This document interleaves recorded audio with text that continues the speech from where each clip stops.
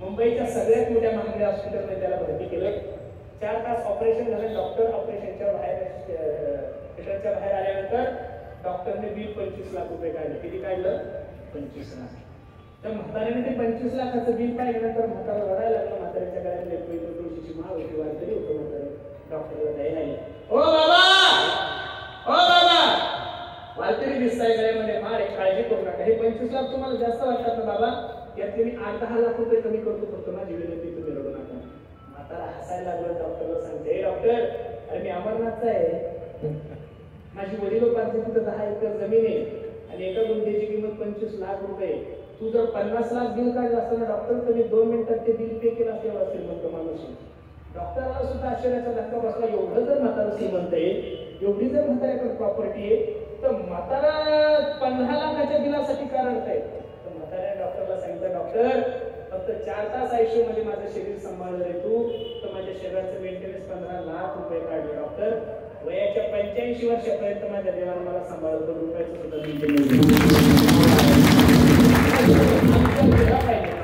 तुम्ही फक्त देवावर विश्वास टाका. देवावर विश्वास टाकल्यानंतर निश्चित माझा जगाचा मालक तुमचे संसाराचे समान एक नौका पैद फिरलेल्याशिवाय नाही. सर्वांना माझी विनंती आहे, आज या कार्यक्रमातून फक्त माझ्या पदरामध्ये भीक टाका. प्रत्येक मायमावल्यांनी, प्रत्येक पुरुष मंडळींनी, आणि प्रत्येकाकडे 4 व्हीलर गाडी नाहीये. 2 व्हीलरवर जाताना कंपनीत जायला 20 मिनिटं लागत असेल तर हाताला काम आहे, हँडल धरावं लागतं ना. डोळ्याला काम आहे पुढची गाडी पाहायची, कानाला काम आहे गाडीचे मागच्या गाडीचे हॉर्न ऐकायचे, पायाला काम आहे ब्रेक दाबायचा, गेअर टाकायचा. घरून निघून कंपनी जाईपर्यंत 20 मिनिटं तोंडाला काय काम आहे? उद्यापासून करून पहा ना, किक मारली की कंपनी जाईपर्यंत रामकृष्णारी रामकृष्णारी रामकृष्णारी असं जर दररोजचा नियम केला तर मी नारदाच्या गादीवर सांगतो, तुमच्या जीवनात होणारा अपघात सुद्धा माझा देव तारदेश करणार. तुम्हाला कुठेतरी अरे मुस्लिम समाजाचा मनुष्य जर दिवसातून 5 वेळेस नमाज पडत असेल, हिंदूंनो, मुस्लिम समाजाचा माणूस जर दिवसातून 5 वेळेस नमाज पडत असेल तर हिंदूने एकदा तर हनुमान चालीसा म्हणली पाहिजे का नाही? अरे त्यांनी एकदा तर बजरंगबलीच्या मंदिरात गेलं पाहिजेत का नाही? त्यांनी एकदा तर गणपतीरायाच्या मंदिरात गेलं पाहिजेत का नाही? वारकऱ्यांनी एकदा तर हरिपाठ केला पाहिजेत का नाही? तुम्ही जर हे करणार नाही तर हे बघा, तुम्ही किती भी पैसा कमवला, काही जरी केलं तर शेवटी मग तुम्ही कहा गए थे तो कहा नहीं हो, क्या लाया तो दुसरे. म्हणून सर्वांना माझे हात जोडून विनंती करतो, विनवितो सकळ जना जोडून बोलला ना दान हिंदुले द्या मंदिरा म्हणे तुकड्यावर तुका म्हणे सुटे आहे सर्वांनी शहाणा कोणही घेतोय ते नक्की साया सदा व्यवहाराला सुखे ग्रहण आहे. अभंगाची सरळ भूमिका तुम्हाला समजली. आवर्जून कीर्तनामध्ये काही गोष्टी सांगत असतो, काळाची गरज आहे. प्रत्येक बसणाऱ्या मंडळीला माझी विनंती आहे, या भारताला पाकिस्तान पासून भीती नाहीये. पाठीमागे उभे असणारे तरुण ऐका गड्या, या भारताला पाकिस्तान पासून भीती नाहीये, या भारताला बांगलादेश पासून भीती नाहीये, या भारताला नक्षलवाद्यापासून भीती नाहीये, आणि या भारताला आतंकवाद्यापासून अजिबात भीती नाहीये. या भारताला सगळ्यात मोठी भीती जर कशापासून असेल तर फक्त व्यसनापासून आहे. कशापासून आहे? आणि तुमच्या सोबत राहणारा मुस्लिम समाज, त्यांची पिण्याची टक्केवारी जर पाहिली तर 2% सुद्धा लोक दारू पित नसतील. मांसाहार खाऊ द्या, ते दिवसातून 4 वेळेस खात असतील, पण त्यांची पिण्याची टक्केवारी फक्त 2%. आणि तुमच्या आणि माझ्या पिण्याची टक्केवारी आपण 30% पाहिली महाराज. कळत नाहीये. अरे आपल्या लग्नामध्ये फक्त वरमाय नवरी पेल नसती, नाही तर वरमाबाई पेले, नवरदेवरी पेले, नवरदेवाचा मामाचा नालीच पडलेला असतो. चाल मंगलासन म्हणायची असं नाही झालं पाहिजे. म्हणून प्रत्येकाला माझी विनंती आहे, दारू गांजा मत पियारो अक्कल हो जाती है, अपने परों का दाम खर्च के मुंह में लिखी आती. म्हणून सर्वांना माझी विनंती, दारू पिऊ नका. देशासाठी धर्मासाठी एकत्रित या. इथं बसणाऱ्या सर्व हिंदू बांधवांना माझा प्रश्न आहे, आज जसं सप्ताहासाठी तुम्ही एकत्रित आलात, कीर्तनासाठी एवढे एकजुटीने एकत्रित आलात, असे जर अजून 5 वर्ष प्रत्येकाला मी या जातीचा आहे, मी त्या जातीचा आहे, मी याचा आहे, मी त्याचा, किती दिवस असं म्हणणार आहे? प्रत्येकाच्या मुखातून एकच शब्द निघला पाहिजे, मी हिंदू आहे आणि हिंदुस्थान माझा देश आहे. हे भूमिका जर प्रत्येकाला ठेवली तर उद्याचे दिवस तुमच्या आणि माझ्यासाठी खूप चांगले, खरोखर चांगले. म्हणून मला आनंद वाटतो, देशासाठी धर्मासाठी एकत्रित या. आणि या महाराष्ट्रात अजून एक खूप मोठं संकट उभारलंय. सर्व माझ्या आई बहिणीला विनंती मायानो, आता सध्या लवचिकाचं प्रमाण खूप जोरात वाढलंय. इथं बसणाऱ्या सगळ्या तरुण पोरींना मी तुमचा भाऊ म्हणून सांगतो, पोरींनो ऐका गड्या माझं, मोबाईल वापरू नका या मताचा महाराज नाही मी. प्रत्येक मुलीनं मोबाईल वापरा, पण फेसबुक, इंस्टाग्राम, व्हॉट्सअप वापरत असताना थोडी सावधगिरी वापरा. अनेक मुस्लिम धर्माचे मुलं हिंदू मुलांचं अकाउंट काढून आपल्या गरीब मुलींना प्रेमाच्या जाळ्यात. श्रद्धा नावाची मुलगी आपल्याच तिथं होती महाराज, ज्या मुलीचे तुकडे तुकडे करून फ्रीज मध्ये ठेवलं ती मुलगी सुद्धा आपल्या मुंबईचीच होती. आणि त्या 2 मुलींचे प्रकरण बाहेर आले. अशा हजारो मुली त्या कुठे गेल्या कोणाला माहित नाही. माझी तरुण पोरींना विनंती आहे, लव जिहाद हे प्रमाण तर वाढलंच, त्याच्याबरोबर या महाराष्ट्रामध्ये पळून जाण्याचं प्रमाण खूप वाढलं. इथं बसणाऱ्या सगळ्या आयांना माझी विनंती आहे, आपल्या मुलींवर थोडं लक्ष ठेवा. अरे तुमच्यामध्येच माझे जवाई साहेब घडणारे बायांनो, तुमच्यामध्येच अहिल्याबाई होळकर घडणारे, तुमच्यामध्येच सावित्रीबाई फुले घडणारे, तुमच्यामध्ये राष्ट्रपती प्रतिभाताई पाटील घडणारे. तुम्ही या देशाचा मान आहात, तुम्ही या देशाची शान आहात.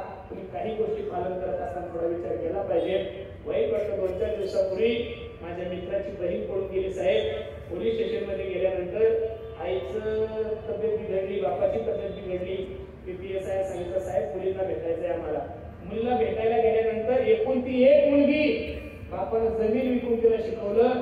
आणि ती मुलगी माय बापात एकच सांगती की मला माझ्या आईपासून भीती, माझ्या बापापासून भीती. तिथं बसणाऱ्या सगळ्या तरुण पोरींना माझी विनंती, पोरींनो जी माय तुम्हाला पोट फाडून बाहेर काढती, ती माय तुम्हाला कधी त्रास देऊ शकते. जो बाप 2000चा फोन वापरतो तुम्हाला 25,000चा फोन देतो. जो बाप फाटके कपडे घालतो तुम्हाला नवीन कपडे, तो फाटकी चप्पल घालतो तुम्हाला नवीन सँडल आहे. आणि त्याची परिस्थिती नसताना तो 3-3, 4-4 रुपये टक्क्यानं पैसे काढून तो तुमच्या कॉलेजची फी करतो. मग एवढं जर जगातला प्रत्येक बाप करत असेल तर या जगातल्या प्रत्येक बापाला आपल्या पोरीचं लग्न करायचं आपलं आहे का नाही? प्रत्येकालाच आहे. मग पोरींना माझी विनंती आहे, तुम्हाला माझ्या बोलण्याचा राग येत असेल पण काळाची गरज आहे. ज्ञानोबर आहे, तुकोबर आहे, नाथ बाबा सांगण्यापेक्षा ह्या जर गोष्टी सांगितल्या तर महाराष्ट्र घडल महाराज. ज्ञानोबर आहे, तुकोबर आहे, सर्वांना ज्ञात आहे.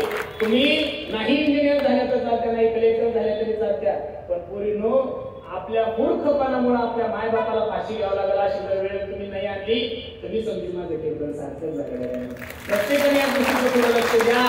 बघा, पळून जाण्यामध्ये आपल्या हिंदूच्या मुलींचा पहिला नंबर आहे, मुस्लिमांच्या मुली पळून जात नाहीये. ही गोष्ट तुम्हाला का सांगावं लागते? माझी विनंती आहे, या गोष्टीचं प्रत्येकाने पालन करा. देशासाठी, धर्मासाठी एकत्रित या. जर तुम्ही असेच एकत्रित राहिले तर उद्या निश्चित क्रांती होईल. साहेब, मला आनंद वाटतो आपल्या मुख्यमंत्री महोदयांचा, आपल्या शिंदे साहेबाचा. आम्ही एवढं का मानतो तुम्हाला, याचं कारण असं आहे, आमच्या रामगिरी महाराजांवर ज्यावेळेस कारवाई होत होती त्यावेळेस 10 लाख समाजासमोर या महाराष्ट्राच्या लाडके मुख्यमंत्र्यांनी म्हणजे एकनाथराव शिंदे साहेबांनी माईक हातात घेतला आणि सांगितलं, जोपर्यंत मी मुख्यमंत्री आहे तोपर्यंत रामगिरी महाराजांच्या केसावर सुद्धा धक्का लागणार नाही. आणि आतापर्यंत इतिहासामध्ये कधीच असं झालं नाही की मुख्यमंत्री आषाढी एकादशीच्या अगोदर 2 दिवस वारकऱ्यांच्या कामाची पाहणी करून गेला. टॉयलेट कुठे, रोड कुठे. मला खरं सांगू, चांगलं काम जो करतो तर चांगलं काम करणाऱ्या माणसासाठी मला प्रत्येकाने उभं राहिलं पाहिजे महाराज. म्हणून सर्वांना माझी विनंती आहे, मी काही कोणत्या पक्षाचा प्रचार करायला आलेलो महाराज नाहीये, पण गाडवाला घोड्याला घोडं म्हणलंच पाहिजे ना. जे घोडे त्याला घोडं म्हणलंच पाहिजे, म्हणजे गाढव त्याला गाढव म्हणलंच पाहिजे. आता जे प्रभू रामचंद्राला शिव्या देतात, जे रामगिरी महाराजांना आटक म्हणून स्वतःचे पत्र देतात, अशा लोकांच्या पाठीमागे आम्ही कसं उभं राहायचं हा एक मोठा प्रश्न आहे. जो हिंदूसाठी उभा आहे, जो ज्ञानोबराय तुकोबरायसाठी उभा आहे, आणि जो माझा या वारकऱ्यांसाठी उभा आहे. साहेब, आम्ही 24 तास तुमच्यासाठी उभे आहे. 22 वर्ष झाली तुम्ही एवढा मोठा सोहळा करता, काय मागायचं? मी तर पांडुरंगाला विनंती करील की असे परमार्थाला मदत करणारे लोक, असे संप्रदायाला मदत करणारे लोक, जे ज्ञानोबराय तुकोबरायचा वारसा चालवणारे जे लोक आहे, निश्चित आपण सर्व लोकांनी त्यांच्या पाठीमागे उभं राहणं हे आपलं काय कर्तव्य आहे. म्हणून साहेब, तुमचं नियोजन पाहिल्यानंतर तुमचं कार्याची माहिती मला आहेच. त्याही दिवशी आपल्या राजू पाटलांच्या कार्यक्रमात आपली भेट झाली, पण आज हे सगळं नियोजन पाहिलं, हे सगळं वातावरण पाहिल्यानंतर त्या दिवशी प्रेम होतं, पण आता थोडं जास्त वाढलं. बरोबर आहे का नाही? तुम्ही सर्व मंडळी आणि कीर्तनाला येऊन बसून, खाली बसून कीर्तन ऐकता, आनंद आहे. मी पांडुरंगाला विनंती करेल, असं संप्रदायाची सेवा करणारे 25 वर्ष झाले तुम्ही आमदार. किती वर्ष? 25 वर्ष झाले. मी सुद्धा साहेबाला सांगतो, आता किती दिवस आमच्या साहेबाला आमदारच ठेवता यंदा एक तरी 2.5 वर्ष झाली लाल दिवा द्या. सेवा करणारा माणूस का नसावा महाराज? जे लोक चांगलं काम करतात निश्चित त्यांचं जीव चांगलं करो अशी ज्ञानोबा तुकोबरायाच्या चरणी मी प्रार्थना करतो. जाता जाता प्रत्येकाला विनंती करतो, प्रत्येकानं आपल्या वडिलांची सेवा करावी मी सांगतो. स्वामी तिन्ही जगाचा आई विनाधिकारी, स्वामी तिन्ही जगाचा आई विनाधिकारी, आई माझी मायेचा सागर हो, दिला तिने जीवनाला आकार, तळपत्या उन्हात आणि रखरखत्या रानात राहिली समाजासाठी तू ग कष्टाच्या घामात. कधी मिळेल मुठभर घास, कधी घरे तिला उपवास, ओल्या मातीतून चालताना तुडविले काट्याचे खास. आई माझी मायेचा सागर, दिला तिने जीवनाला आकार. नभीची चांदणी तू ग, चंद्राची कोर, शीतल तुझी छाया मला हवी जीवनभर. तुझ्या शीतल छायेमध्ये उभं आयुष्य जगेन. आई देवापाशी मी ग, आई तुलाच ग मागेन.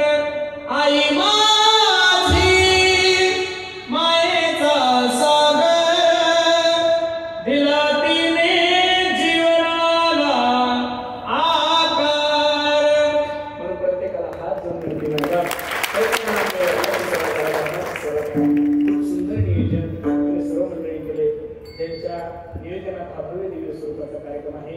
आपल्या भागाचे भारतीय लाडके आमदार आमचे किसन पाटील यांच्या